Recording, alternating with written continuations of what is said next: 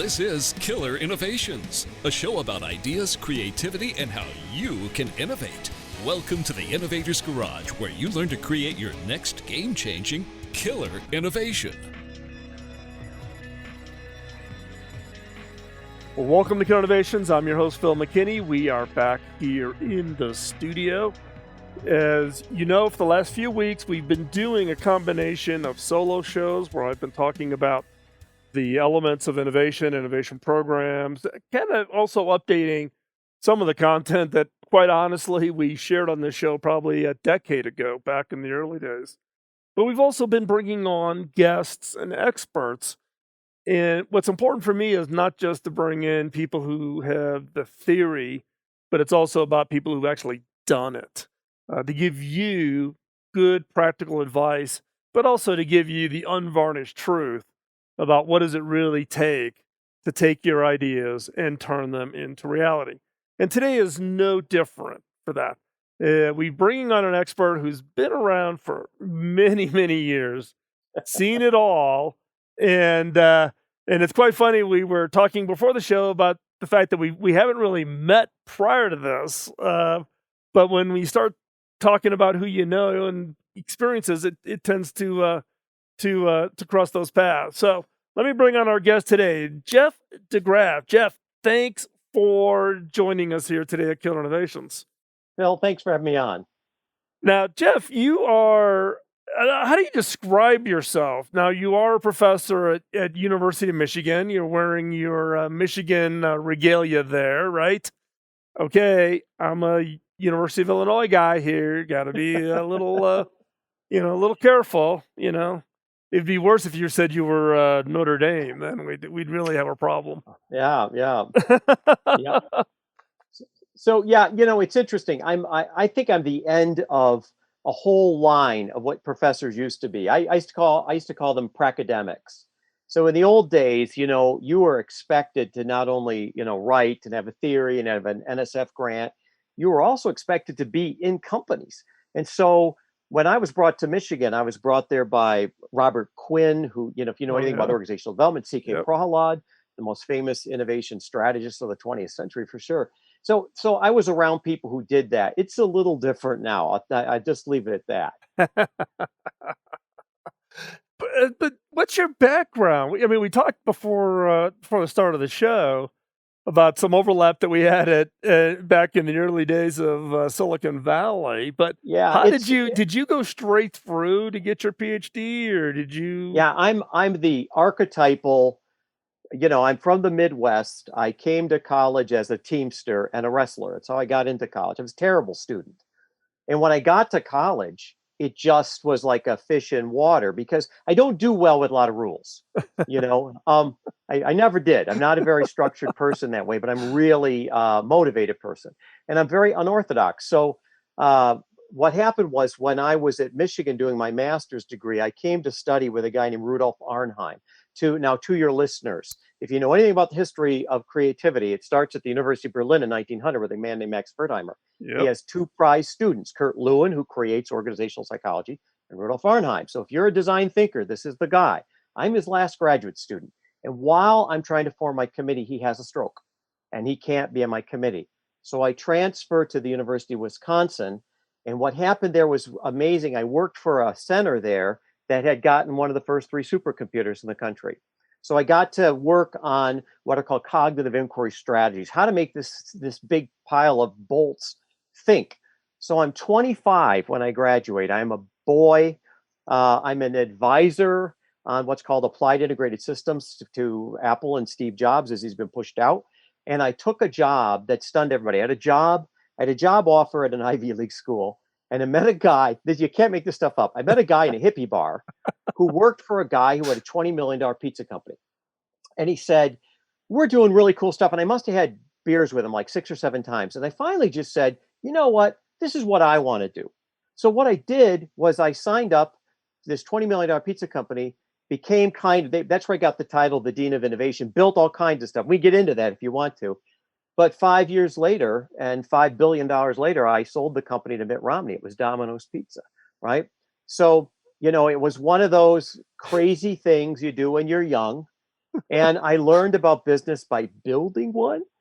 And then after that, what was interesting is when they brought me to Michigan, I remember telling Bob Quinn, I don't want to teach MBAs. They're dull, drab, and awful. You can hear them think, right? And he laughed and said, "That's why we want you here." Now, you got to remember, Phil, back in the day, there was only Mike Ray at Stanford, and I'm he's much older than I am, and I was a boy, and everybody looked askance. And then what happened was interesting. Then the whole world turns in the 90s. You start getting kids, the Larry Pages and all those kids come out of your programs, right? And all of a sudden, you're not crazy. But I will say the first 5 or 6 years that I was there, people thought I had, 3 heads. And so I guess even a stop clock is right twice a day. I'm more of a Forrest Gump character than I am any sort of grand plan. Talk about the almost the version of the accidental professor. you stumble Absolutely. you stumble into wherever you end up. Yeah, that's absolutely true. And I've always had a portfolio life. Very early on, I built the Innovatrium labs. People forget this. Before we worked, in fact, some of those people came out and looked at our labs, how we did it. What sometimes called creativity clusters, right? Where you're doing the work that the organization can't by cross boundary. And Michigan is people don't know this. It's the second largest research university in the planet behind Yep. Hopkins, right? It's a very large research place. So the notion is you've got to get those people together in places where somebody's not trying to pick your pocket or there's not some argument over tenure. And so with the Hayworth Company, I threw in, X amount and they threw in X amount. We acquired the bank across the street, tore the front off of it, and gave keys to the 7 coolest professors we knew, said, "We're not interested in you old guys. Bring your kids, bring your PhDs, bring your smart kids." And that's where, Eco-Imagination and Hulu and all Coke Zero, all that stuff that gets associated with these things. A lot of that came out of there. It's not, I didn't do it. I don't want your readers, your listeners to think I did it, but I just created the treehouse and knew a few people, made a few calls and said, do you want to play? Well, and it's interesting. And I don't know if you have the same experience, right? Because I was working with Phil Phillips at the University of Illinois on tech transfer. U of I ranks in the top 10 of federal research dollars, but it ranked 291st with commercialization of any IP that came out of the university. So we could generate a lot. We get a lot of funding. Don't do anything with it. Don't produce. But that's the challenge. The challenge in tech transfer. They're always patting themselves on the back. Right. The challenge of tech transfer is innovation as a pyramid. At the bottom of the pyramid, you're unlocking the secrets of nature. There's a lot of grinding it out. A lot of people never get any glory. And and I know the biggest innovations are things like material science and, what can this, material do? And then at the very end of that, the top of the pyramid, you get the whole idea of what a startup does. You build an application. But tech transfer is the hardest part because innovation is highly situationally specific. How you make an F-35 is completely different than how you set up a fine dining restaurant. There's nothing in common. And the problem is most of these people are generalist. And innovation, you have to get very close to the domain experts to figure out what's really worthwhile, what's going on here, what's going to run and what's not going to run. That was one of the secrets when we started building these innovation indexes. One of the real keys is it's time-based. It's only an innovation for a minute, and it's very situational. Right. So it doesn't surprise me at all. But, I think you're being unfair to Illinois. A lot of that stuff doesn't get built, but a lot of the core science that goes into modern stuff and places like Iowa State, who knew, right? They have a huge impact, but they're not glorified places. Purdue is another one, very underrated. Right. Well, but that is interesting, right? Because people tend to only think about it from the tangible commercialization. Did you come up with a mouse type of a thing versus, what years ago I did research around what they used to refer to as the alpha index, right? How many patents refer to your patent as prior art, right? And so therefore it measures the level of influence of your research, not just the commercialization of your research. And yeah, that's how you get tenure. How many people cited your article in important AAA journals? And there's a number of ways to do it. There's a problem though, Phil.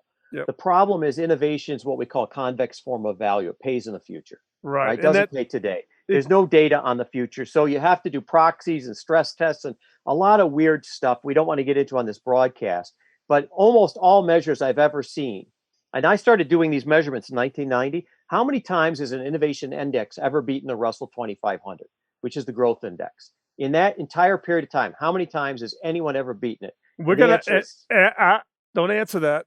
We're gonna answer that in the next segment. So okay. don't go anywhere. We're gonna take a quick commercial break. We got to let the advertisers earn their buck here. So don't go anywhere. We'll be right back after this quick, short commercial break.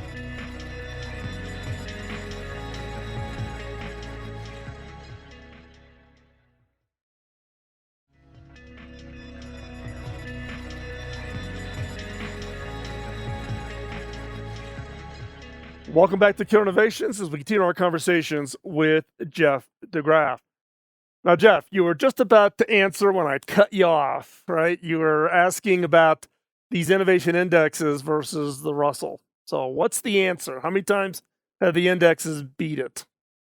Out of all of them, 6 times in that entire decades, which is basically rounding error. Statistically, you're just as likely to hit it as not hit it with that, which tells you something important, which is there are the 2 types of value that innovation creates. Concave value, which means things that are presently manifesting, which are incremental by nature. Right. And convex value, which are longer term issues. And oh, by the way, in the index that we developed a whole bunch of proxies on this model that we developed called the innovation genome. I see it everywhere. It was originally called the competing values framework, right? So most people learn at business school. But the issue is you have to measure the 2 types of innovation completely different. And organizations get this wrong. And that's why their payout and how much capitalized value is left on the table is always a huge issue for investors. Well, and it's interesting because you look at, what I would refer to as the love affair with innovation, right? Even consumers, right? I remember, with consumers or businesses in that matter, you build an expectation that there's always something new, something better, some breakthrough, some magic solution to the problem.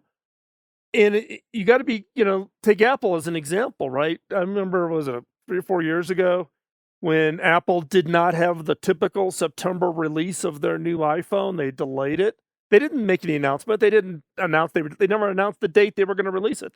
Consumers were expecting it. It didn't happen. And the share price takes a hit. So you almost build up, there's this expectation of this love affair with innovation without people really understanding what does that really mean. Well, I'll give you a great example today. Innovation is often event driven. By Right. any objective standard, the United States has completely flubbed it on this virus, right? We are on any objective measurable status, we're the same as Mexico, Brazil, and India right now. Terrible.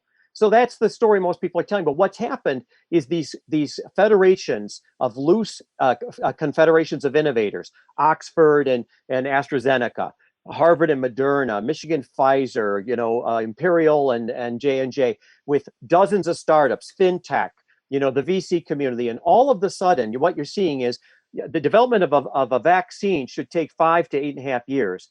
Now, version 1 is going to be done in 1 year, but let's say a true version is going to be in 2 years. What people miss all the time is that innovation, when it's discontinuous, it not only cannot be assimilated into the old model, stage gating, portfolio, but it actually assumes the old model, right? And this is what we're seeing right now. Education will not be the same after this. Health, Right. the development of drug discovery. So to me, what's interesting is the one thing that you can't do with measures is you can't take into account all the variability of events. Right. And it is because you tend to the consumer only sees the end result. They only That's see right. the thing, not all of the experimentations, all of the federation connections, or the influence that may have, because look, some of the vaccine work, for instance, in COVID, is built off of research. It's not research that's done in the last 30 days. It's based on the That's right. science that universities and companies have invested in for decades to lay the foundation. And startups that these big pharmas have had equity positions in for 15 years didn't know what they could do with them. Absolutely true. And in fact, our love of gadgets is distracting.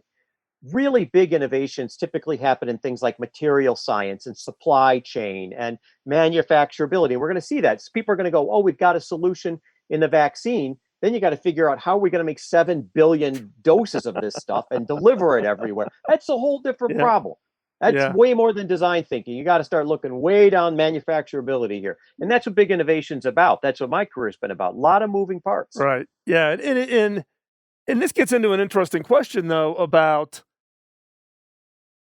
the encouragement of innovation. How do you create the environment to have those groups and those influences and all those? I mean, you talked about the fact that, what you did at Michigan, but you could also point to things in the past, like the space program and putting the man on the moon and all of the residual things that have come off of that because of that concentration of focus, kind of creates, I don't know, the heat and energy necessary, I guess, to kind of push it out. Fact, I write a lot about what's called the creative power of constructive conflict. So when you start looking into this whole idea, and one of the things happened early in my career, I started noticing that about 20 to 30 places in the United States produced almost all the intellectual property. You were in Palo Alto before. I'm in Ann Arbor. Somebody's in Raleigh, Durham. And what you notice about those places isn't just that they have universities. That's almost a side benefit. What you notice is you drive 30 miles in any direction out of those places and people start looking the same. So there's a real correlation to diversity. And when we start looking at patents awarded, particularly in Silicon Valley, from 2000 to 2010, over half to people who were born in this country or people who are first generation. And that's been a history of our country. We're a heterogeneous country. And that difference creates not alignment, it creates constructive conflict, positive tension, hybrids, new stuff. Yeah, and it does. I mean, and from the standpoint of, I don't know, we're probably close to the same age given our history and when we were like in the valley at the same time and that. But do you buy into this concept that the innovations for the young? I don't, but I do have one real challenge for the young. I'm very concerned about a sense of destiny. I'm an old guy. I grew up, I'm born the year after Sputnik goes to space. We grew up with science. We grew up, we're going to the moon. We're going to lick the commies. We're going to build the net. We did all that. Right. A huge ambition. My concern about the younger people is not their talent. It's that they're so micro-segmented. Look at presidential races. Oh, I want, this, I want this, I want this other thing. There's no common thing to unify them, right? Here's one for your listeners. Fix the environment. We ruined it. We're sorry. We didn't mean to. You're not going to fix it by living in a small house. You're going to fix it by getting that car to get 300 miles to a gallon of water. And that's doable. But you got to have the ambition and a sense of destiny to do it. So that's what I want to encourage. One way to think about this is go back to the space program. And I always use President Kennedy's, what I refer to as BHAG. That really was the unifying, right? Before the end of the decade, we're going to put a man on the moon and we're going to bring them home safely. And it was a rallying cry, right? Well, today's rallying cry is what? Vaccine for COVID, right? It's probably the closest thing. But we don't have those kind of national or global dreams, other than, global warming. Well, you got to, a good BHAG is be clear on the objective, clear definition of success, and give me a time frame. And the only thing better than a hero is a dead hero. The Greeks have a word for it, kleos. How can you not go to the moon after Kennedy was assassinated? Right. So we're on the same page about this. Your goal can't be we're going to stay the most powerful and richest country in the history of the world. Your goal has to be where are we going? We're going to take another quick commercial break, and when we come back, Jeff and I are going to continue the conversation. We have no idea where this is going to go, so don't go anywhere. Be right back after this break.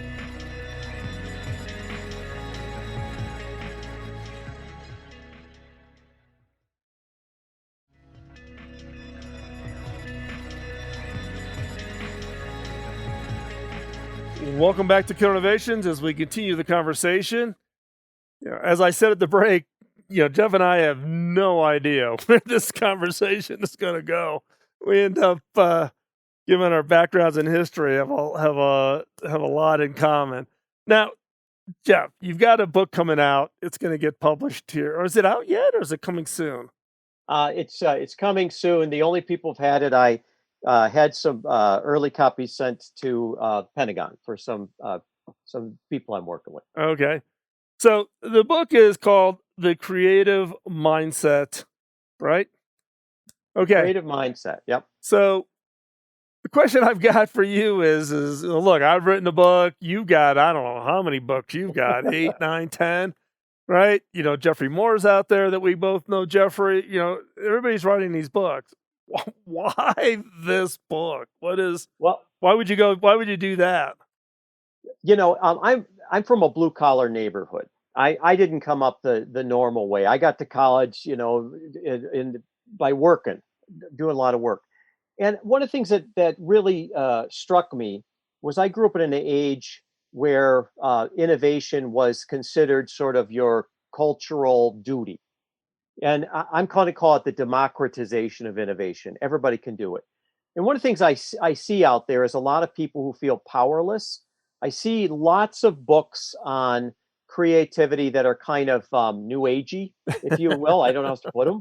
And I see a lot of books out there that are kind of really technical, but they don't really show you, how to build the garage or how to cook the meal. So what I did, remember, I've been in over half the Fortune 500, right, over the years, 2 million miles on Delta alone. I'm an old guy. I've seen a lot of combat, but I'm also an academic. I'm a pragmatic, right? The guys who try stuff.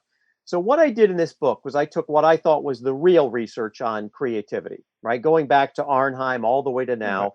And I tried to make it palatable. I tried to make it kind of in layman's terms, like I would have wanted to hear about it when I was young. So I say weird things like, look for signs and incongruities, and rather than talking about cognitive mobility, which I think would make people's eyes would glaze over. But the notion is, what I'm trying to tell people is the first thing that you have to do to be creative is pay attention to things that don't necessarily fit. You have to be incredibly mindful. I call this creativizing, taking something ordinary and turning it into something extraordinary. And we all know people like that, don't we, Phil? Yep. Maybe your dad was like this, didn't have money, figured to work around. Your mom did, right? We all, we always have that uncle who's in the garage. The notion is, I'm trying to reinstill that. I'm trying to say there's something very fundamentally, about democracy, about building. But the first thing is you got to think the right way about this, which I think people don't often. They think that it's going to flip a switch and it's going to work. Remember, all learning, Phil, is developmental. If you don't believe that, tell your listeners, take out a piece of paper and draw a picture of your dog. And everybody on this chat can tell you at what age you stopped learning to draw. Play an instrument, speak a foreign language. Doesn't matter whether you're 8 or 80. This is a skill. And you developed the skill. How many projects have you worked on in your career, Phil? Oh, thousands. Zillions. And how many screw-ups did you have in your career? Zillions minus 3 or 4. Yeah, me too. That's the same thing. If you hit 300 in this game, you're going to the hall. Yeah, you're golden. Player. You're golden. But I want people to get that. I want people to get out and try stuff. So I give them, here's what your mindset should be. So it's sort of like, preparing yourself for a run, or preparing yourself for a good meal. And then I give them what I call the 6 skills. So what I did was, there are all these books on all these different methods. Well, these different methods happen in different parts of your brain. They're used for different reasons. You don't use a screwdriver for a hammer. They're all good methods, but they're not interchangeable. So what I did was I created this mnemonic device, CREATE, CREAT, and it represents these 6 skills. So clarify and replicate and elaborate and associate and translate and evaluate. And I also try and point out lots of examples. So in this book also, there's a video series and a whole bunch of stuff that's are goodies that come free. But what I'm trying to do is give the tools that you would use if you were back at HP, right, in a simplified form to somebody who's trying to build a business, do something with a church group. Is it a big organization and is trying to get 30,000 people to start doing something better and new? Well, it's interesting because, as you were describing that, I mean, I don't know, but if you've run into this, right? I'll go out, I'll get invited out to do a keynote. You're standing on stage, right? And I did this for Vail Resorts a number of years ago. 500 top executives at Vail, right? So this is people running all the Vail Resorts. Vail is an army culture. The original 5 guys that started Vail all came were part of the Army together. So they're very standard operating procedure oriented, right? So you stand in front of 500 executives and you kind of just do a raise of hands of how many people in the audience think of themselves as creative. And I am shocked by how few people think of themselves as creative. It's somebody else's job, no, it requires a special gift or bounty of DNA to do. And I'm like, no, everybody's You're exactly creative. right. No, it doesn't. And in fact, your brain has two primary functions. It assimilates information and accommodates information, right? We can make it more complicated than that, but that's basically what it does. So the very aspect of thinking has this creative element to it. And what you're trying to do is you're trying to become aware of it, and in some cases disrupt it slightly, right? There's a term for this called defamiliarization, and it's a big term. I don't want that to be the thing that we remember. What I want people to remember is that we have a natural strength like a superhero. Every one of you do, but it's not the same strength. So your strength might be elaborating, and my strength might be associating. The object is to build the strength you've got, first to recognize it. That's what the assessment does. It recognize it, build on it, and then find other people who have other superhero strengths. Right. Because you're not going to be good at all of it. Your brain doesn't work that way. Well, this gets back to my, the point, about team building, and how do you put the right people on the team? It isn't always make sure they're not all like you, right? Which means you got to tolerate people that you might find annoying as part of that effort. But as broad of diversity, and I'm not talking about the HR definition of diversity. I'm also thinking about diversity of thinking styles. Yep. There's been a bunch of articles and that written about, who are the 10 types of people that you should have. Kelly did one from IDEO where he listed the 10 people that you should, have on a team, and everybody's kind of trying to look at it. So are you saying then that the assessment and the skills can help you then identify those holes so that you can... Yeah, in fact, the last book goes right into this, and it's widely used. So if you're familiar with competing values or the innovation code, that's what it does. That's what a lot of the military uses, right? So we developed that a long time ago with Bob Quinn and Kim Cameron. What I'm saying in this one is the assessment here is more like, when are you creative? Oh, okay. How are you creative? Are you creative in the morning? Are you creative when music's on? Are you creative when you call your best friend who's in Delhi and 2 a.m. and all of a sudden you're doing stuff? I'm saying it's not creativity on demand. And in fact, there's a lot written about this. I'm sorry to put it this way. Most of that is pablum. Most of the research says we have flow states when we're really creative. Yep. So I'll give you an example what a hypocrite I am. I write all the time. I've written over 500 articles. I'm always on the plane. And I always say I'm going to write on the plane. I can never write on the plane, right? So even though I want to, I can't.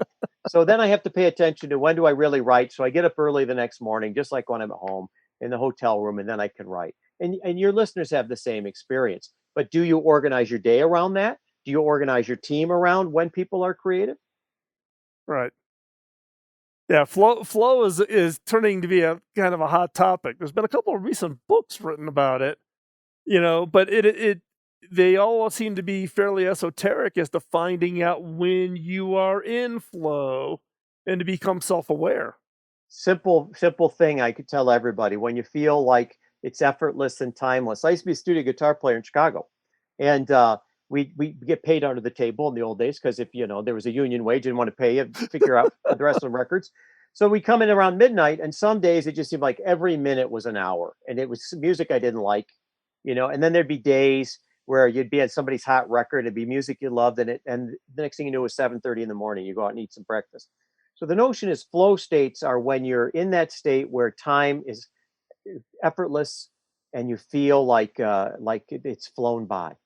Yeah, it's I think we can all point back to when we were in flow state, right? And it is interesting about being self-aware and knowing what you can do to actually help yourself and optimizing your day and organizing yourself around those optimal times to get into flow state. We're going to take another quick commercial break. When we come back, I'm going to put Jeff on the hot seat and ask him for that advice. What advice could the listeners walk away with that they should think about doing that would have the biggest impact on them? So when we come back from this commercial break, Jeff will be in the hot seat to answer that question.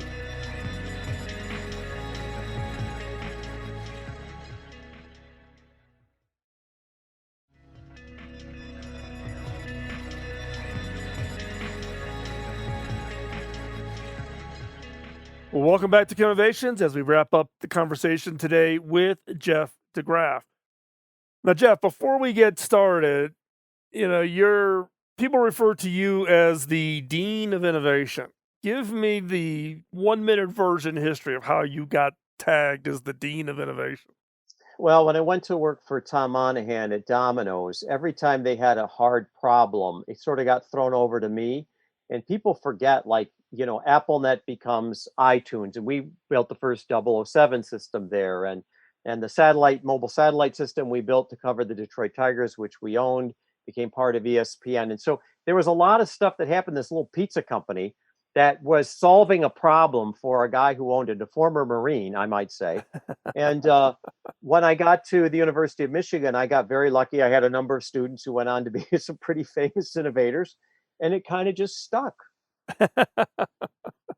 So, this is the wrap up segment for the show. I always put the guests into the hot seat, looking for what's that one or a couple pieces of advice that the listeners can walk away with today and apply and see impact from it.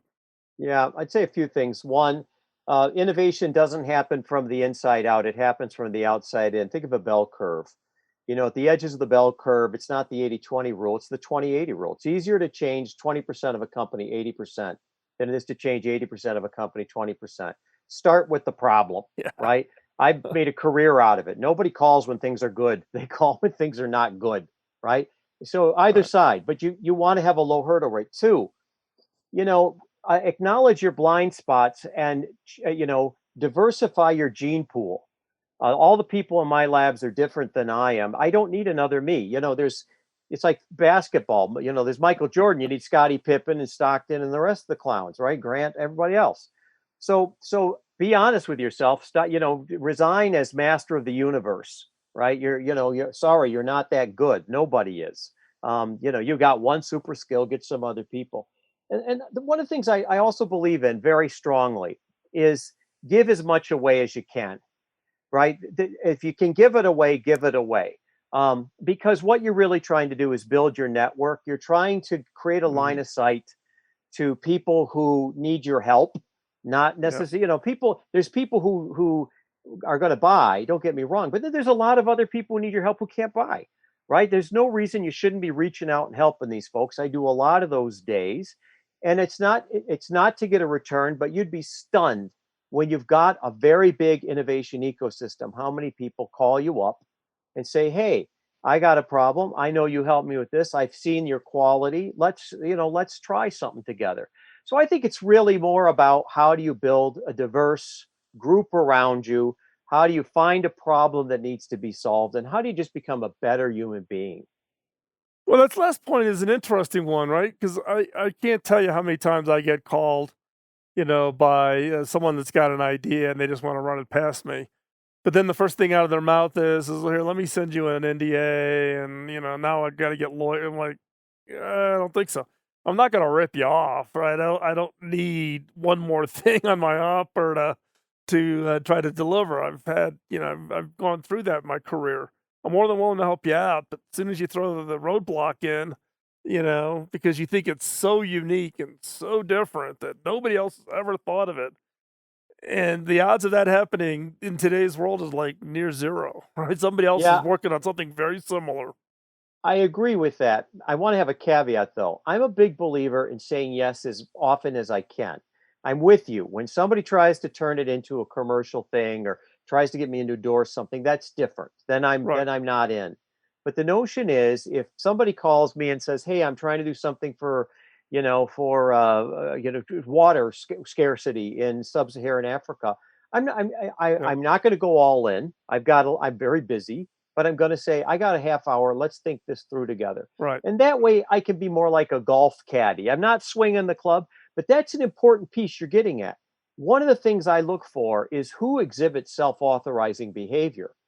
Who's motivated and owns this project? And when people bring stuff by me and they all want to talk about VC money and all this, I'm like, no, you're not owning this. Right. I'm interested if you're going to own it in helping you, but if you're not, I'm not interested at all. Right. Right. And then and the people I'm going to help are like you, people I know who I've worked with before. So somebody calls me up on the phone out of nowhere and says, "Hey, here I am, help me." It's like, well, you need to do some helping of yourself first. Right. Well, and there's also this attitude that the only way I can be successful is I need to go raise a whole boatload of cash. I just had a conversation with an entrepreneur, on Please this don't. where before they would even take the first step, it was like they needed $1.5 million. I'm like, not happening. No, I'm like you. I've been very careful in my career never to take VC money. I've been on a lot of VC panels. I got nothing against VCs.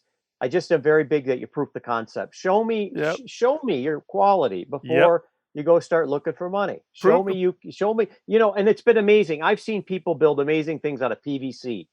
Yep. I've seen amazing, stuff done in a 2-person wet lab that basically becomes a buffering agent for, drugs that people can't take right. So to me, no, work it out first off Broadway. And then when you come to Broadway, we'll talk about the money. Yeah, great point. Hey, Jeff, if people want to keep track of what you're up to, where's the best place they can follow you? They could do 2 things, jeffdegraff.com, right? And that takes you to all my stuff in the Innovatrium, all the free stuff, the assessments, the whole 9 yards, all the videos. And I'm one of the original LinkedIn influencers, one of the original 25.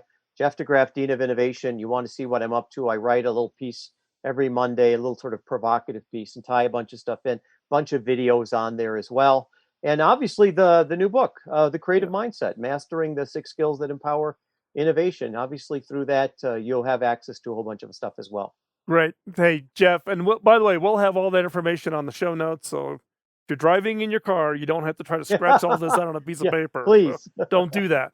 Just hop over to Kill Innovations. We'll have all the links there to find Jeff. Jeff, thanks a lot. Really appreciate you taking the time joining us here on Kill Innovations today. Phil, I had a great time. Thanks for having me on. Thank you.